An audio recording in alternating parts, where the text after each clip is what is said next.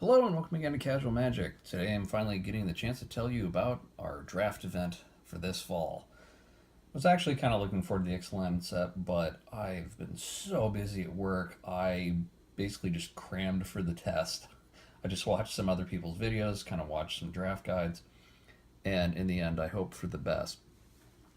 So in the end I just decided it was probably easiest as far as tribal went to go with dinosaurs because that seemed to be a fairly strong archetype. Let's say, like for Territorial Hammer Skull, being able to tap an opponent's creature, some flyers, flying for bonus when there's dinosaurs. Uh, this one I didn't really get out as much as I should have. I probably could have used it better. Ness Robert, this thing's great. Just 2-1 with haste. I got this thing out early and could just smack away until something else came in later. This one's good just to be able to get a 4-2 out. Charging Monstrosaur, or Charging Monstrosaur.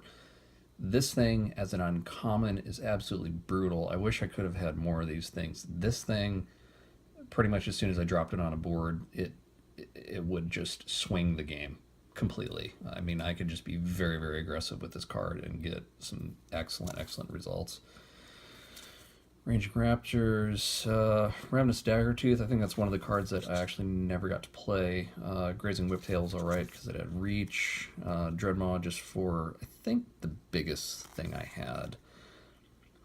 Sky Terror, 2-2 with Flying with Menace, that way in case they even got one flyer out or something that could block it, because it required 2, I was able to sneak in with quite a bit of damage, and I was able to get a couple of those. Raging Swordtooth, this one I kind of had to time it just right to be able to deal damage to hopefully not my creatures. Just be a bit more aggressive, and then if a bunch of my smaller stuff died, then drop it, and then be able to finish off some of my opponent's stuff that maybe only had one bit of toughness left until the end of the turn. And just as a side, Vampire Soldier with Lifelink and Skybladed Legion, 1/3 flyer, just because they were 1 and a white, so they were kind of cheap and easy enough to throw in. Fail Flagship, I took just because it was funny, not because I had pirates, but because the whole concept of I have a pirate ship crewed by dinosaurs just sounds so completely illogical and stupid. But in Magic, it makes perfect sense. So I was like, I just have to take that one because it's funny. Rallying Roar was the excellent, excellent combat trick. I love this card, being able to give my creatures +1/+1 and then untap them. So that way, in case I've got my attackers, they declare their blockers, and they're lining up a 3/3 against a 2/2 and a 2/2 against a 2/2 and so on, and then try and plan it out that way. I was able to play this and just wreck an opponent's board state because they weren't expecting a combat trip. Shaper Sanctuary, it's okay.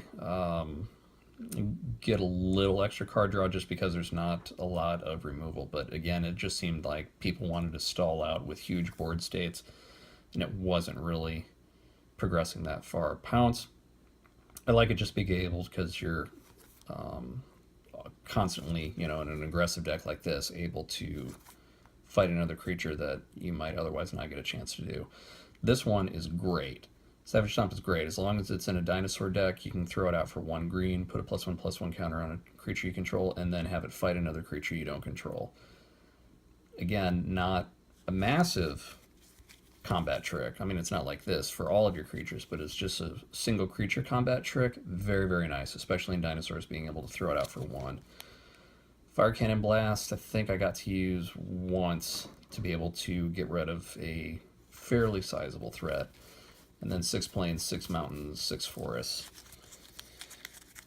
As far as other stuff that I drafted, I had to take Primal Amulet just because I wanted it in EDH.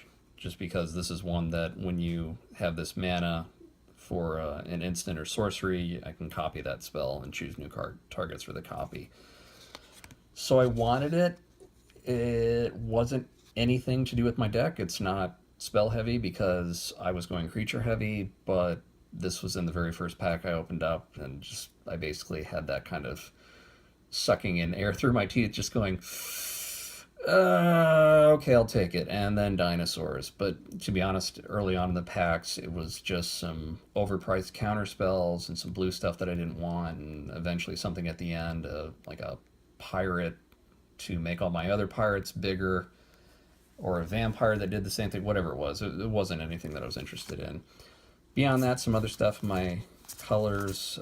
Wily Goblin, I think that was one of the last cards that was handed to me, and I really didn't want it at all. Hijack, I came close to including, but in the end I just decided to throw in some creatures and just be all out aggressive, and if some of my stuff died, it died, rather than trying to do a gain control of target creature.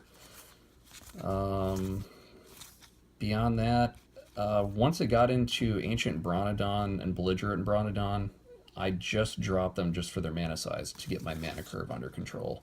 And then finally at the end, Skullduggery, fun card, but those are the few that I got out of color.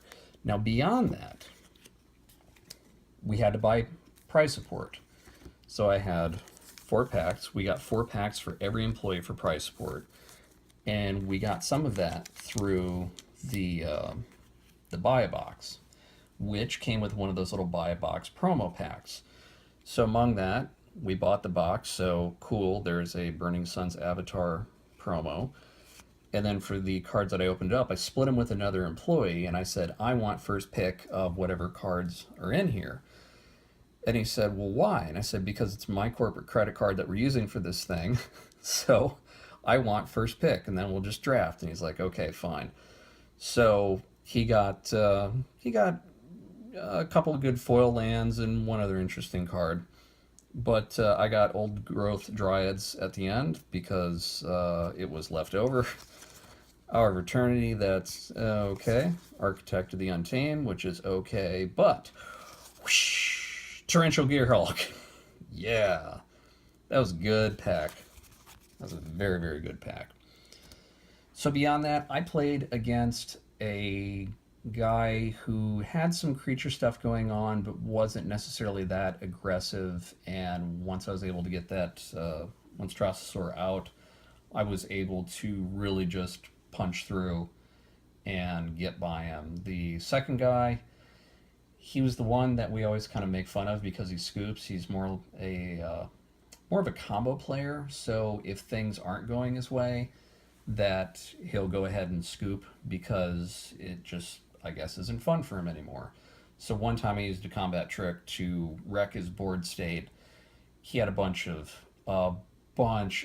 explorer creatures out that were all +1/+1 and plenty of lands, and he was just rolling. But once I got that in my hand and I decided to press my luck, I had most of my creatures die and nearly every single one of his die. And I think in the end I maybe had 3 of my creatures against his 1, but that completely ruined his strategy. And he said, okay, I scoop. Then it went to his second round, and I got at that little 2/1 with haste, the red one. And I just pinged him and pinged him and pinged him. And I think it was maybe turn 4, maybe turn 5.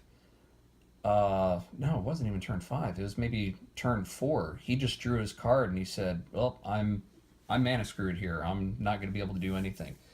And he conceded.